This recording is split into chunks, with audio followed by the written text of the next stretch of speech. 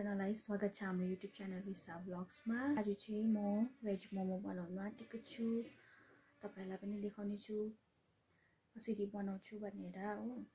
कति दिन भएको थियो नि त हामीले चाहिँ मोमोहरु नखाएको, अन्तखेरि आज चाहिँ मोमो खानु मन लागिरहेको छ, त्यही भएर चाहिँ मोमो बनाउन आँटेको।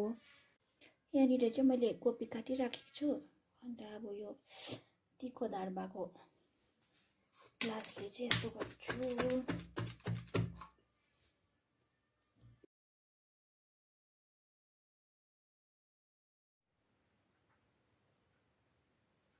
बन्दाकोपी यतिको पारिसकेपछि चाहिँ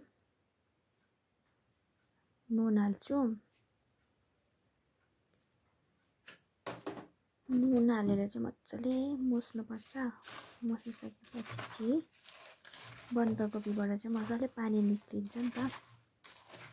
त्यहाँदेखिको चाहिँ निचार्नुपर्छ बन्दाकोपीलाई। एकछिन चाहिँ यो मुसिसकेर साइडमा राख्छु। त्यतिन्जेलसम्म चाहिँ प्याज छिल्दै गर्छु।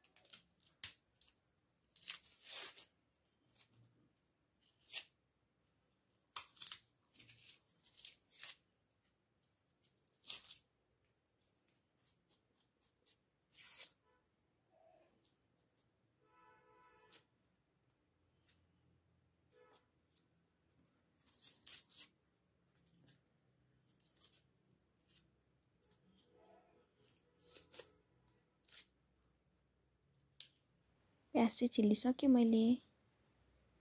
प्याज छिलिसकेपछि चाहिँ यहाँनिर प्याजलाई एकछिन पानीमा भिजाउँछु। पानीमा भिजायो भने चाहिँ आँखा पोल्दैन नि त प्याज काट्दाखेरि।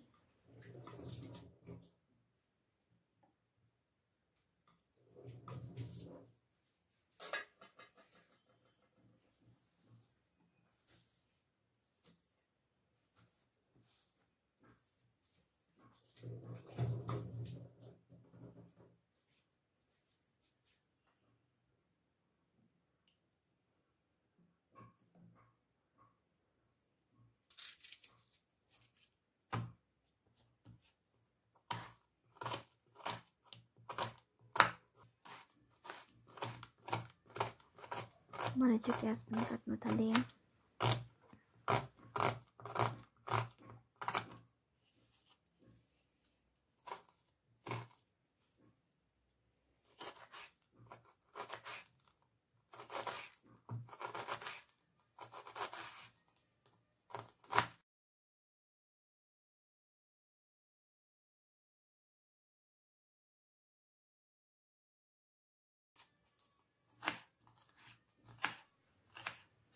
मैले चाहिँ प्याज पनि काटिसके।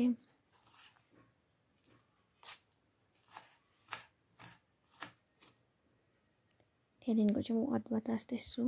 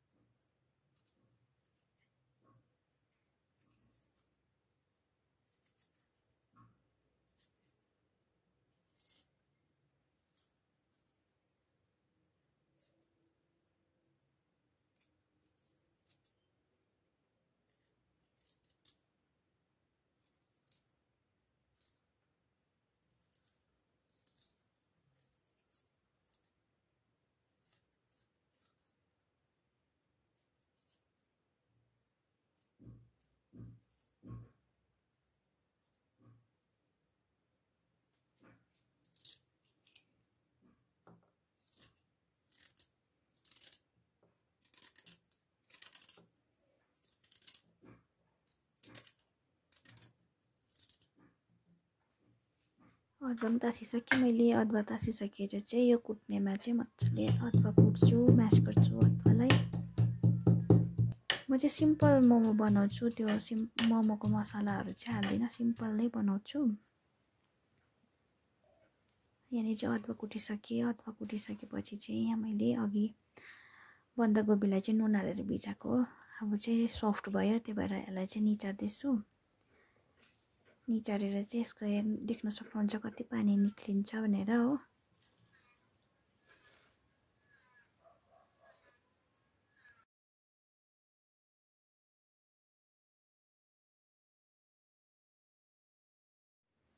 यो बन्दाकोपी चाहिँ मजाले निचारिसकेँ।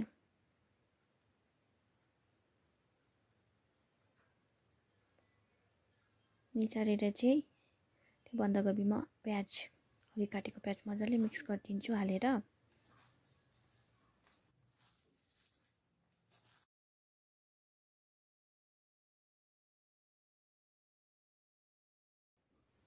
यहाँनिर मिक्स गरिसकेपछि चाहिँ त्यहाँनिरको हालेँ मैले अदुवा हालेर चाहिँ अलिकति नुन हालेँ, किनभने अघि पनि नुन हालेको थिएँ नि त, नुन हालेर मुसेको थिएँ। त्यहाँदेखिको चाहिँ हालेँ मैले अजिनामोटो, त्यहाँदेखिको चाहिँ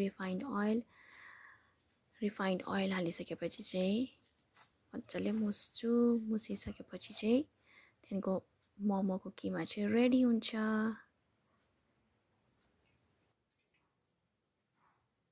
मोमो बनाउने किमा चाहिँ रेडी भयो।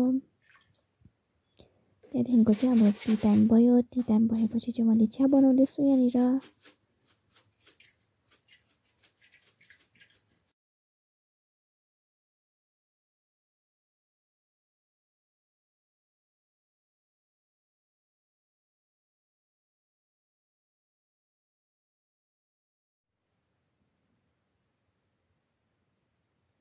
चिया चाहिँ उम्लिसक्यो।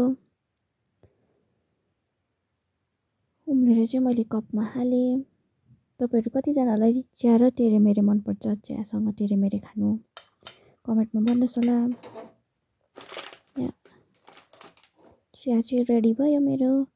अन्त मैले यहाँ डो पनि बनाइसकेँ, आँटा मुसिसकेँ, आँटा र मैदा मिक्स।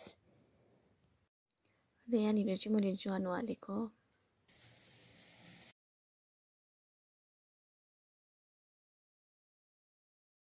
मैले चाहिँ यहाँ सिम्पल म्यागी बनाउँदैछु। मम्मीलाई चाहिँ सिम्पल म्यागी खानु मन पर्यो, त्यही सुप भएको, त्यसैले मम्मीको लागि बनाइदिएको।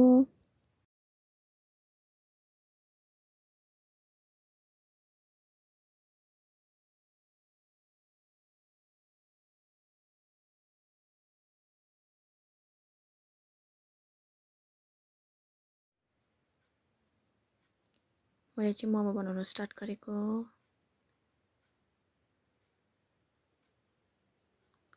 बेल्न पनि थालिसकेँ मैले चाहिँ मोमो।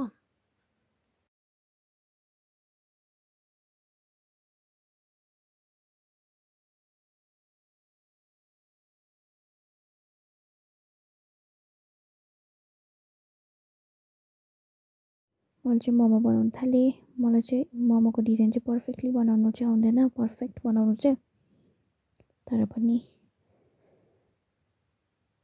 चल्दो मिल्दो चाहिँ जान्दछु।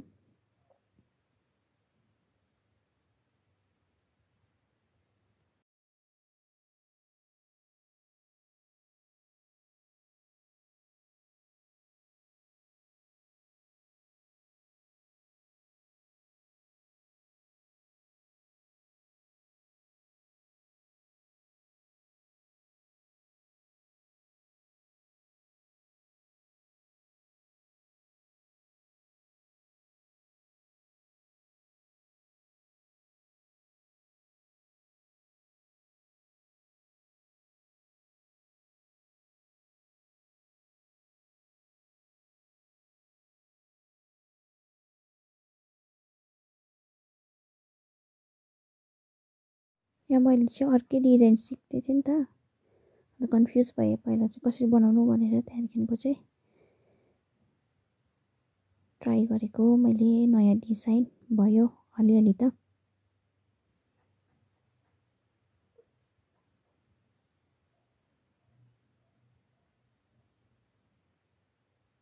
यहाँनिर चाहिँ मम्मीले पनि ट्राई गर्नु पर्यो भन्नुभयो। अन्तखेरि हुन्छ गर्नु न भनेर भने। अन्त आमा छोरी मिलेर चाहिँ हामीले मोमो बनायौँ। अन्त यहाँनिर चाहिँ मम्मीले हाल्नु हुँदैछ गाजर र बिटको सुप बनाएको।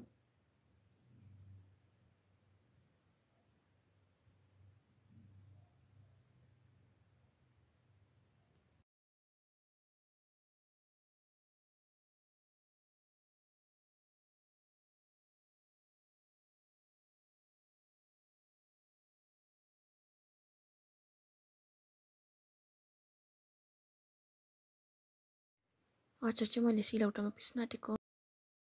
पहिला चाहिँ म नुन र खोर्सानी पिस्छु। नुन खोर्सानी पहिला पिस्यो भने चाहिँ मिहिन हुन्छ नि त खोर्सानी, मजाले पिसिन्छ। त्यहाँदेखिको चाहिँ म लसुन हाल्छु स्वादको लागि, टेस्टको लागि। लसुन हालेको स्वाद चाहिँ दामी हुन्छ। त्यहाँदेखिको चाहिँ म पुदिना पिसेँ, त्यहाँदेखिको चाहिँ टमाटर हालेर पिसेँ। त्यहाँदेखिको पुदिनाको अचार चाहिँ रेडी भयो। मोमो पनि पाकिसक्यो। तपाईँहरूलाई हाम्रो सिम्पल रेसिपी मोमोको कस्तो लाग्यो लाइक, सेयर, सब्सक्राइब, कमेन्ट गर्नु नबिर्सनुहोला।